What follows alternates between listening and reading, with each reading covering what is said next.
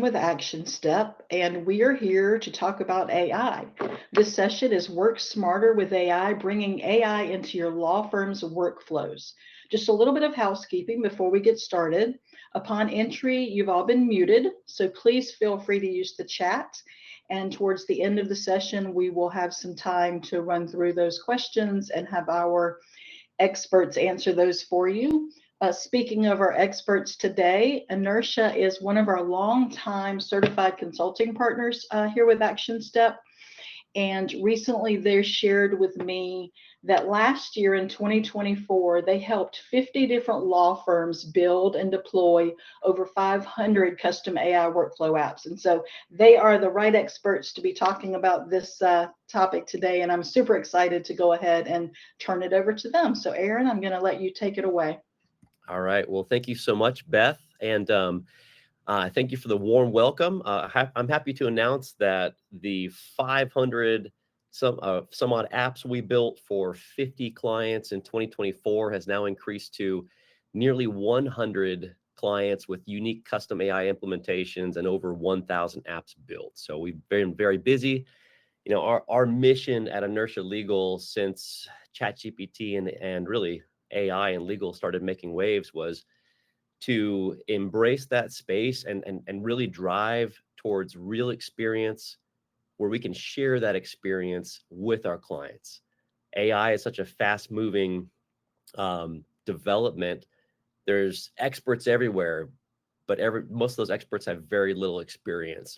So we covet the opportunity to share the ideas and the knowledge we've gained in working with clients to introduce real transformative AI solutions. And that's what we're going to talk about here today, is how do we understand AI? How do we bring AI into your firm's workflows and really equip you with the basics for a strategy to make some progress here? Jumping into the slides. Again, I'm Aaron Fritz. I am the president of Inertia Legal. I've been in this space for about 15 years now. So I guess that makes me a bit of an industry veteran. More exciting than just me being in this space for a long time is joining up with us today, Seth Nurmi, who is a service manager with us, as well as a developer and AI consultant. And Seth has been instrumental for the vast majority of implementation and AI work we've done for clients. And he's going to be conducting a number of demonstrations to really bring this concept from the cloud to the ground to equip you with some concrete examples. So very excited to have you on board, Seth. I'm going to go through these decks and we'll get moving. What we're going to cover today, first things first, we're going to start by understanding AI's legal ability. Why is it making such an impact? We're going to jump to understanding the spectrum of AI. How do we understand the lay of the land with so many different solutions and how to prioritize those solutions? Next, we're going to then jump into demonstrations. Instead of just talking to it, we're actually going to show you how you can use AI with action step matter data. And then from there, we're going to wrap up, hit some takeaways, and then jump to questions and answers. So let's start with understanding AI's legal ability. In order to frame this in, the best way we've communicated to our clients, I believe, understanding the impact of AI in the legal market is to highlight two dates. And these two dates start with November 30th, 2022. This is the date that ChatGPT is released to the public. It's only 2.5 years ago. And it's kind of crazy to think that just over or right about 2.5 years ago, ChatGPT and this whole AI rage really wasn't a part of the public vernacular, if you will. Nobody was concerned about it. Nobody was leveraging it. It just wasn't there. There's this wildly aggressive adoption curve that has been thrust upon us with generative AI, commonly known as ChatGPT.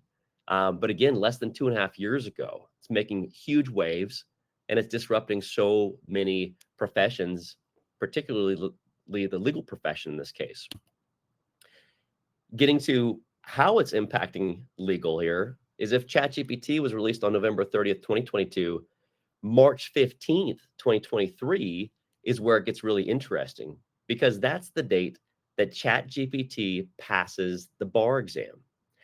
And it doesn't just pass the bar exam, it scores in the 90th percentile, including the essay portion. I have a graphic on the screen here that further discusses or outlines the progression of AI against the multi-state bar exam. There's an awesome study done by a professor at the Chicago-Kent College of Law by the name of Daniel Martin Katz. And this study shows that over a period of 4 years, we saw a progression in GPT models, also known as a large language model, also known as generative AI, kind of all the same concept here, but ChatGPT is just the most well-known large language model engine that's fueling AI at this point. And over a period of 4 years, that ChatGPT progressed from a 0% score with the multi-state bar exam with ChatGPT-2 to nearly a 76% score with GPT-4. That's 76%, which is marked by this green line here, scored it in the 90th percentile. If we were to continue this graph out into today's performance, we will see ChatGPT 4.5 and beyond scoring in roughly the 96th percentile. So there's some really rapid development and skill being applied to the legal market here. And no, it does not replace all the experience that a lawyer brings to the table, but it does represent a certain amount of raw processing power and knowledge and ability in legal that simply is unprecedented. And this is what's causing so much of ChatGPT's entry into the legal market, and it's the opportunity that is present for law firms and lawyers to leverage it in their practice. There's a trustworthy saying that comes out of this, and it is that AI will not replace lawyers, but lawyers that use AI will replace lawyers that don't.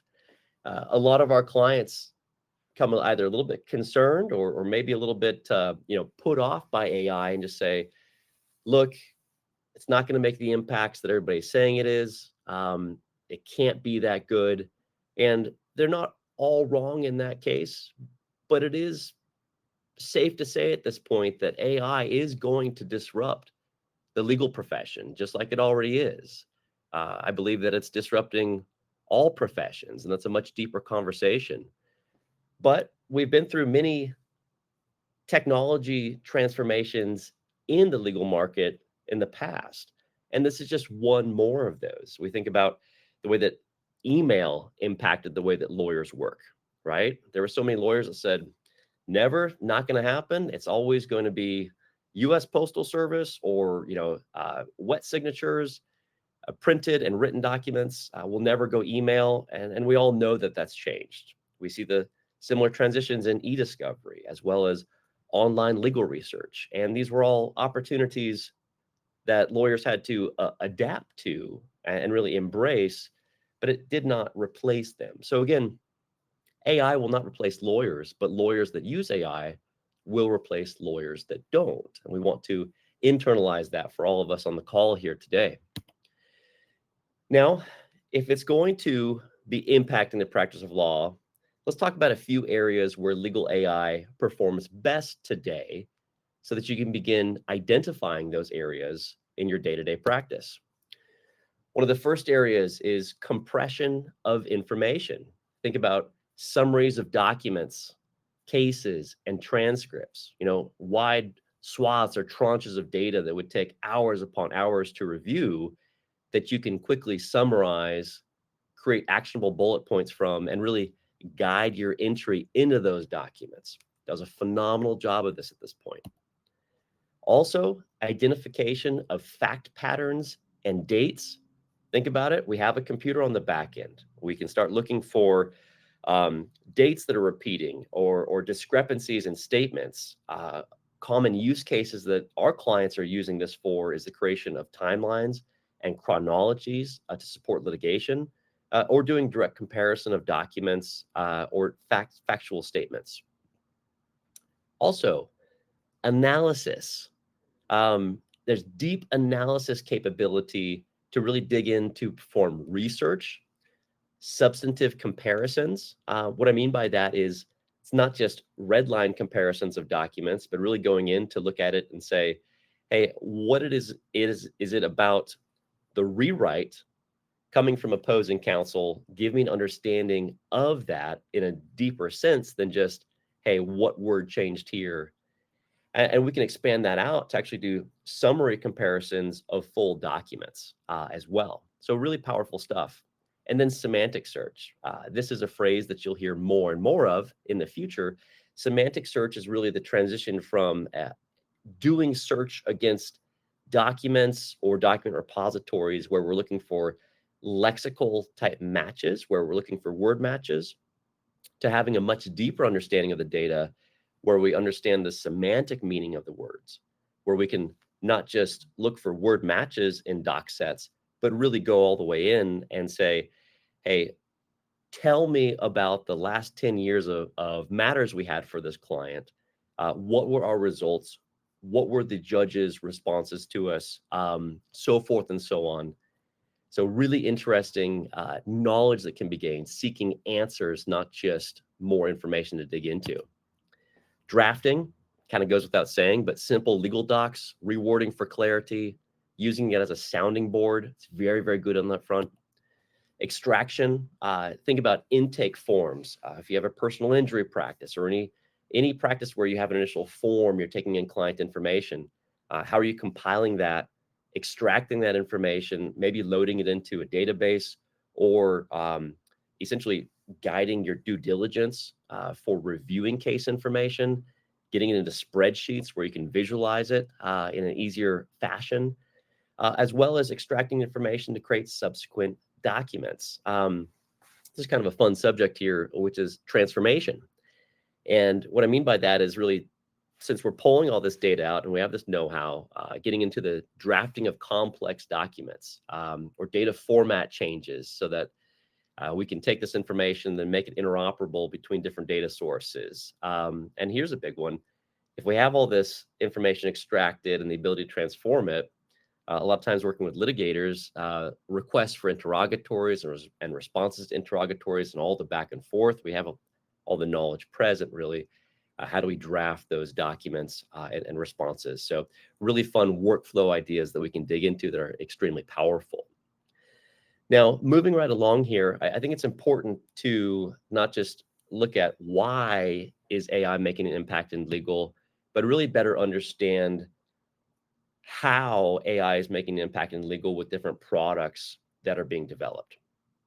A lot of times when a client comes to us, there's really this feeling and apprehension around choosing an AI solution, and it's that they have to get this, decision just right. Almost like they're choosing the AI solution that they'll be using for the next 10 years or something like that. And the truth couldn't be more different. And the best way to communicate this, I believe, is to expose that even today, there are three distinct categories of AI that really every firm could benefit from. It's not really one size fits all. It's really a market where there's different segments that are receiving specialties. And there's a lot of overlap in between them, and we all need to be understanding and picking from them. So on one end of that spectrum is what we call user AI. This is focused on helping individual knowledge workers with their day-to-day tasks. On the opposite end of that spectrum, we have what we're titling practice AI. This is very proprietary, deep into something like personal injury. Maybe it's wills and estates or some other practice area, but again, highly focused, niched down on that specific area. And then the middle is firm AI. And firm AI might seem a little basic, maybe a little boring, but in my opinion, it's where the biggest opportunities exist for firms to leverage AI in their practice. And it's because how do we take AI and apply it to all the documents and information, be it an action step or like document management systems like NetDocuments or iManage or SharePoint, and really bring all this data together in a pre-processed actionable form so that not only do we have insights into that data, right? But then it can be fed to user AI to support individual users, or it can be fed to highly specific solutions for practice AI. Let's talk about a few examples of the spectrum of AI use cases here.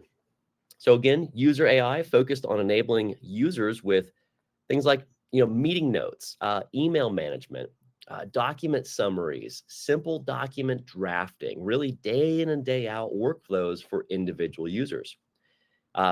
Common solutions include Microsoft Copilot, ChatGPT from OpenAI, we all know that one, right?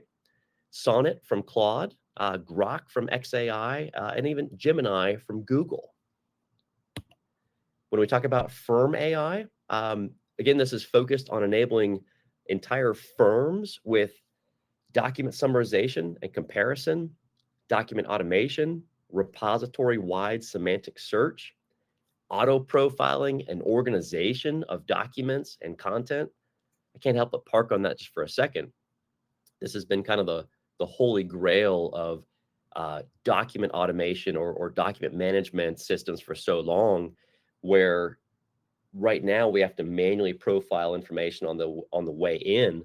But what we're able to do with clients at this point is to set up logic statements that extract information about documents to automatically tag them, provide little summaries, and extract all kinds of metadata to perform due diligence and overall automatically profile and organize case information. It's really a revolutionary concept, and it works very, very well. There's also centralized AI agent access and processing. We won't get into agents, but again, this is how are we dealing with all that, or working with the data that's been centralized? How are we creating highly sophisticated agents to work with that data and create final documents or workflows that will benefit the firm, as well as, of course, deep matter insights. What are some examples of this today? Well, one of the leaders is NetDocuments with their Indy Max solution. There's also SharePoint Online, which is almost ubiquitous at this point for law firms. And Copilot, there's a whole Copilot studio that you can develop against and do some wonderful things with your data. There's there's iManage with their new AI add-ons.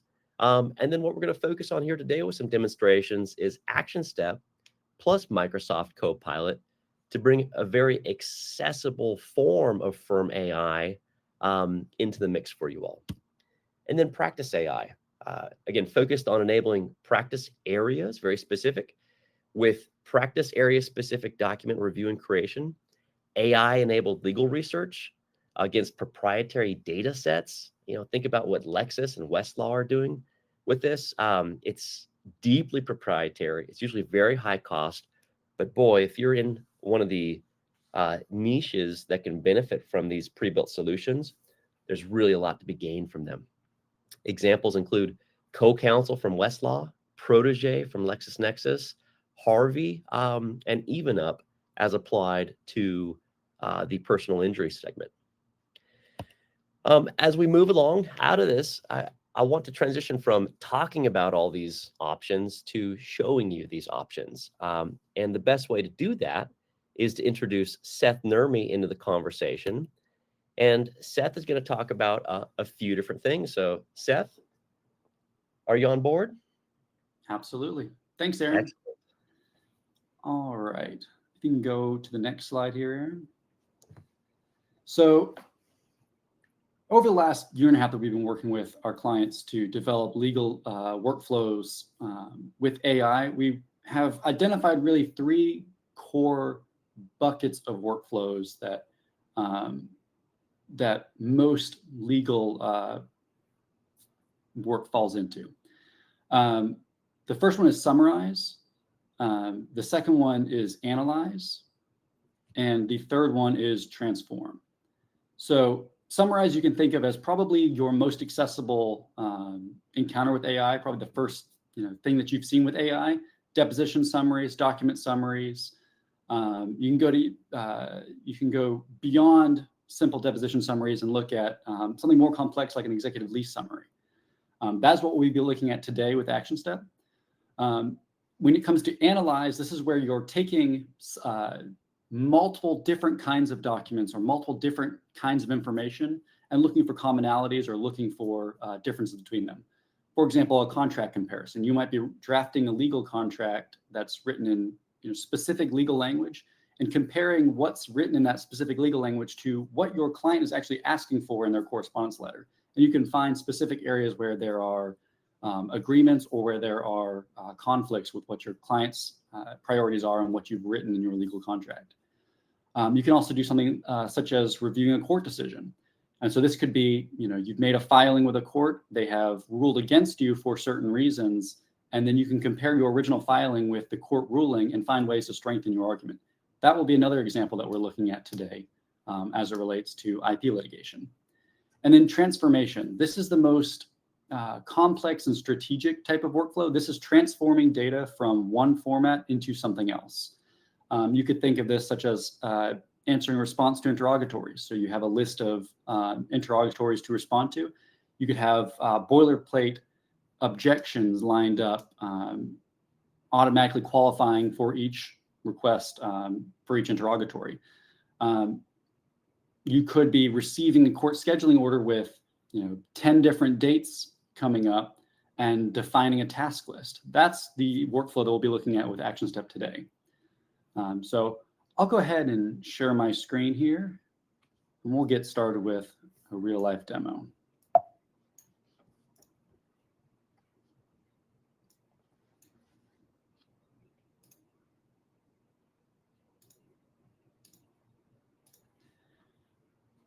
All right, here we are in Action Step. So this is just your general work matter in Action Step.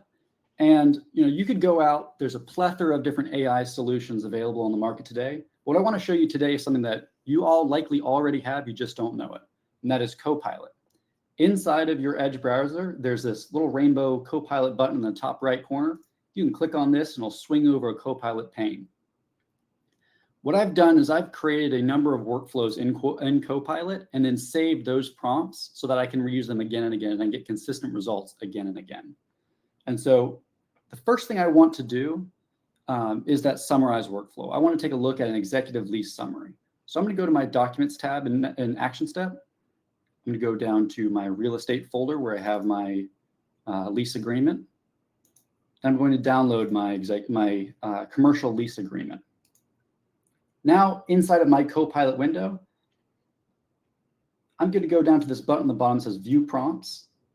And I'm going to go and grab a saved prompt that I've already written and verified, and I've confirmed that it works every time. And this is going to be that executive lease summary. And so this is going to look for specific information in this document that I want to pull out. It's not the whole document, it's the specific pieces of information that I'm looking for that my client might be interested in. I'm going to head and hit submit.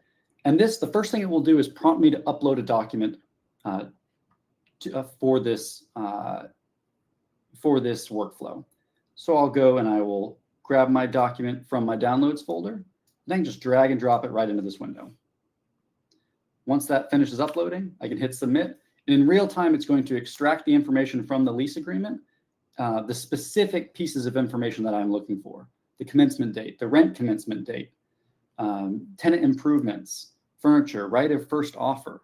These are the specific items that my client wants more information about this commercial lease agreement. Summaries are really the most simple example, so I won't belabor the point too heavily here. So I'll go ahead and move on to our second, more complex example, and that is our analyze prompt. This is going to be taking a Federal Circuit brief that we have filed with the court, and the court's decision on that brief that was not in our favor. And I want to compare both these documents. I want to find areas that we can strengthen our argument for our refiling. These are areas that the court has specifically cited, or areas that, using the information that ChatGPT is trained on, as well to strengthen this argument. So to do so, I'll go ahead and start a new chat window. I'll grab my new saved prompt. And this is that IP brief versus court decision. And again, this is going to ask for two pieces of information. The first is the court decision itself, so I'll download this document. And the second is the federal court brief that we filed. And I'll download this document. Same thing, I'll take both of these documents.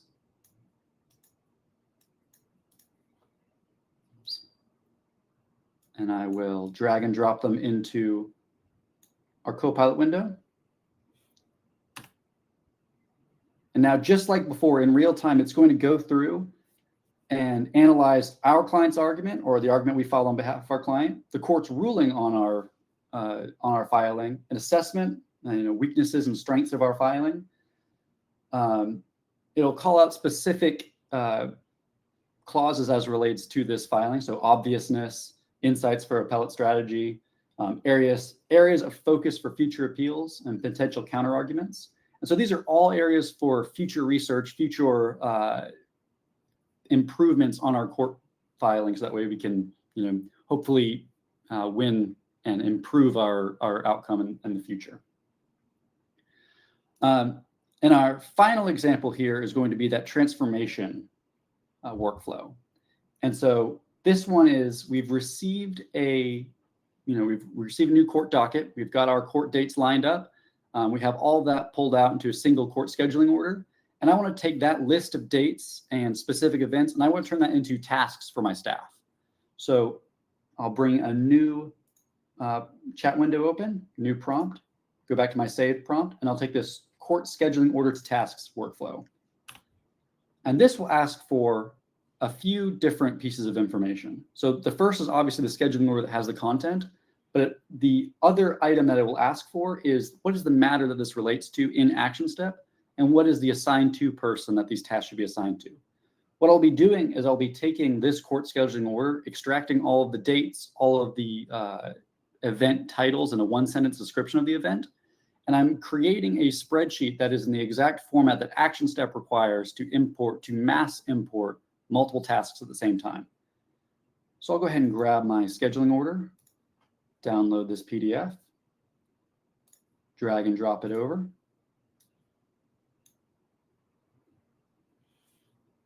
And I'll as well say that the matter is 100.102. That's the matter key, the file reference from action step.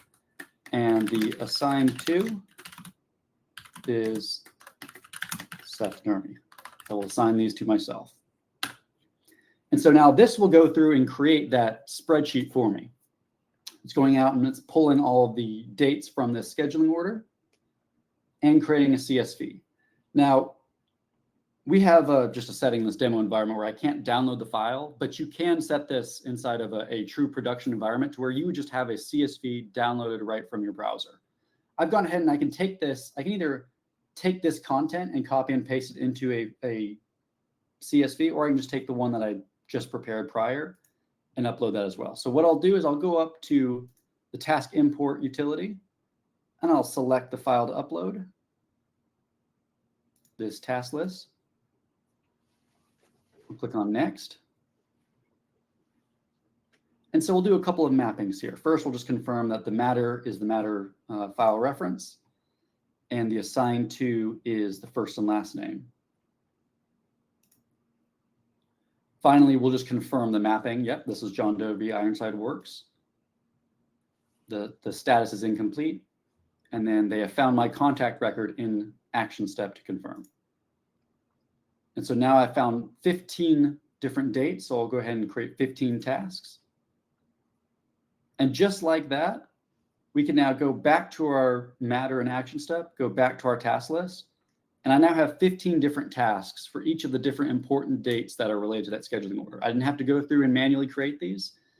This is now a matter of accountability for your staff. And it makes scheduling orders and making sure dates are not missed significantly easier. This is just one example of a data transformation workflow, but you can imagine all kinds of transformations from one format to another. And that's the really exciting thing about AI and as it relates to the practice of law. Thank you for that, Seth. I'm going to go ahead and jump back into the slide deck here, and we'll wrap and then jump to question and answers. Okay. Um, moving right along here. I just want to say once again, Seth, thank you for the demonstration. Um, I wanted to call out that the purpose behind the demonstrations that we did there was to give you all some easy to understand examples of how AI can be applied today. In some situations, without significant or in some situations actually any cost here through Microsoft Copilot, and the ability to easily drop information out of ActionStep and get that to Copilot for analysis and transformation. We work with clients at length to really detail those workflows and to make those automations with AI one click or even truly automatic workflows so that you don't have to get it to a CSV file and bring it back up. But we really wanted to break it down to its basics so you could see, hey, here's what's going on behind the scenes and things that you could do and apply to your ActionStep environment today. So moving right along into wrap up, let's talk about how do we start to get going with this and drive change? So, a lot of the challenge in getting AI in place for a firm and really getting them on board with it is just getting started, right? And our ask for you all is to embrace the challenge of getting going and then keeping going. And there's a lot that goes into initial understanding of how AI can be applied. Do we need a full AI policy? How do we set a training regimen in place? When do we believe AI will make its major impact? When do we believe that AI will have such a significant impact in the market that we'll start losing revenue or losing business to competing practices? There's all kinds of different elements to take into account.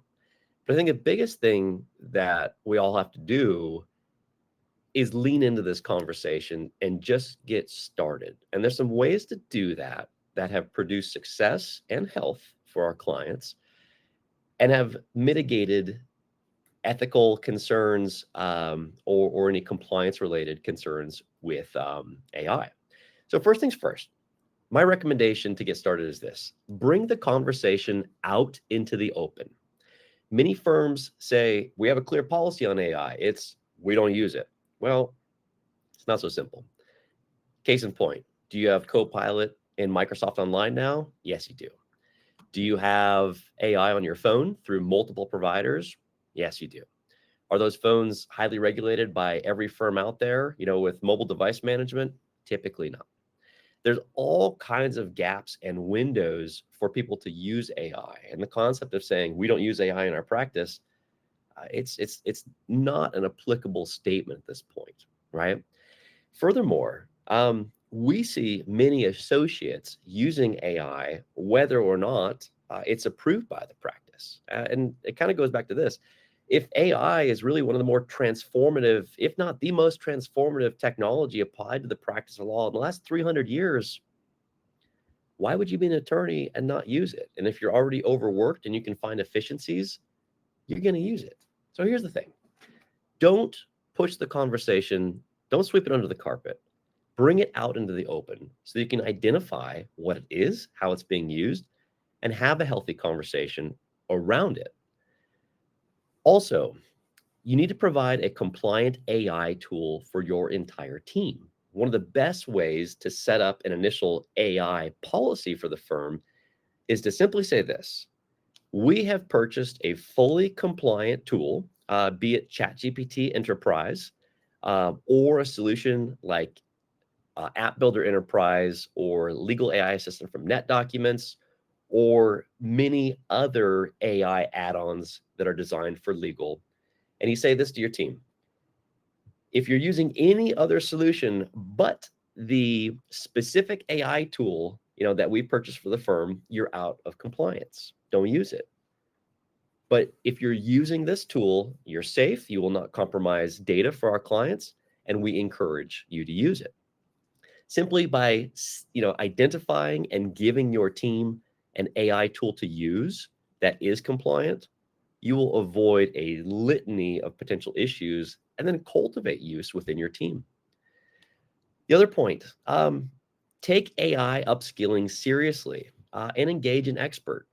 We see a lot of efforts to kind of home grow interest with AI, but there's a lot of inertia, the bad kind of inertia, not the good kind of inertia at Inertia Legal, right? But you have to get over that. And one of the best ways to kick off adoption of AI is to have an expert communicate it well and inspire confidence for your team. We also encourage you all to identify high value applications of AI for your practice. Bring that conversation out into the open and start looking at, would AI work well here? We believe AI would work well in this specific workflow. Let's test it out. Let's find out. Let's ask an expert. Also, develop and implement those high value applications of AI. It's going to take time here. Some are very, I guess, high value and low cost to develop. Others are high value and high cost, right? But you have to lean into this and really, in many ways, begin to build a tolerance in a law firm for innovation and development, which is often an unfamiliar subject for many firms, right? But you've got to start experimenting and figuring out how to apply it. Other points: collect feedback and execute continuous improvement, share success stories, and maintain partner backing. Hey, these last two are really big, and I just want to hit on them one more time. It's incredibly important to have the partners in the firm communicating success stories and backing this, because it is experimental. There's many people that are concerned with AI, and we don't know exactly what AI is going to look like in 2 to 3 years out and how it impacts the industry. But we know that we need to have legal teams working with AI and beginning to adopt it. So we need partners to be on board with this. We need them to not undermine the conversation so that the firm has the ability to innovate here in a reasonable way. And then share the success stories. If there are specific experts in practice areas at your firm, have that person highlight an application of AI and share it with the entire team. Maybe it happens at an all company meeting. Maybe it happens on Teams, but get the word out. And I would highlight this as a final point. We're all engaged with this topic of essential transformation. This is the fundamental task that is being placed on all of us at this point, right? And that task is for us to upskill ourselves and our teams to find relevance in a workspace reshaped by AI. Experience and expertise are at a premium now more than ever, but the methods professionals are using to apply that skill is changing rapidly. And so in closing, the value in waiting is over. You're either on this journey or you're getting left behind. It's a great time to start with AI because it has matured to a level where there's very material gains and it's easier to understand than a year or 2 years ago. But we are at this tipping point where firms that are not actively pursuing AI and internalizing their organizations are at risk of getting left behind. It is moving very quick. The good news is there's many ways to apply it. You just have to get started. A quick point here. If you would like to talk more about how AI can be applied to your practice or just unpack what are the solutions that are available, feel free to reach out. You can reach Inertia Legal by email at solutions@inertia.legal or simply go to our website. And of course, our longtime and highly valued partner, ActionStep, reach out to their sales team. Email sales@actionstep.com or simply go to actionstep.com and browse the website.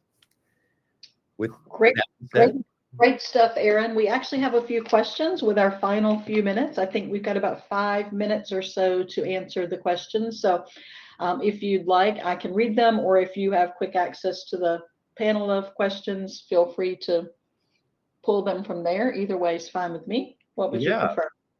Well, if you've already looked at them, maybe you could Yes, I have them right here. So let me go ahead and dive in. maybe you can hit some particularly juicy ones.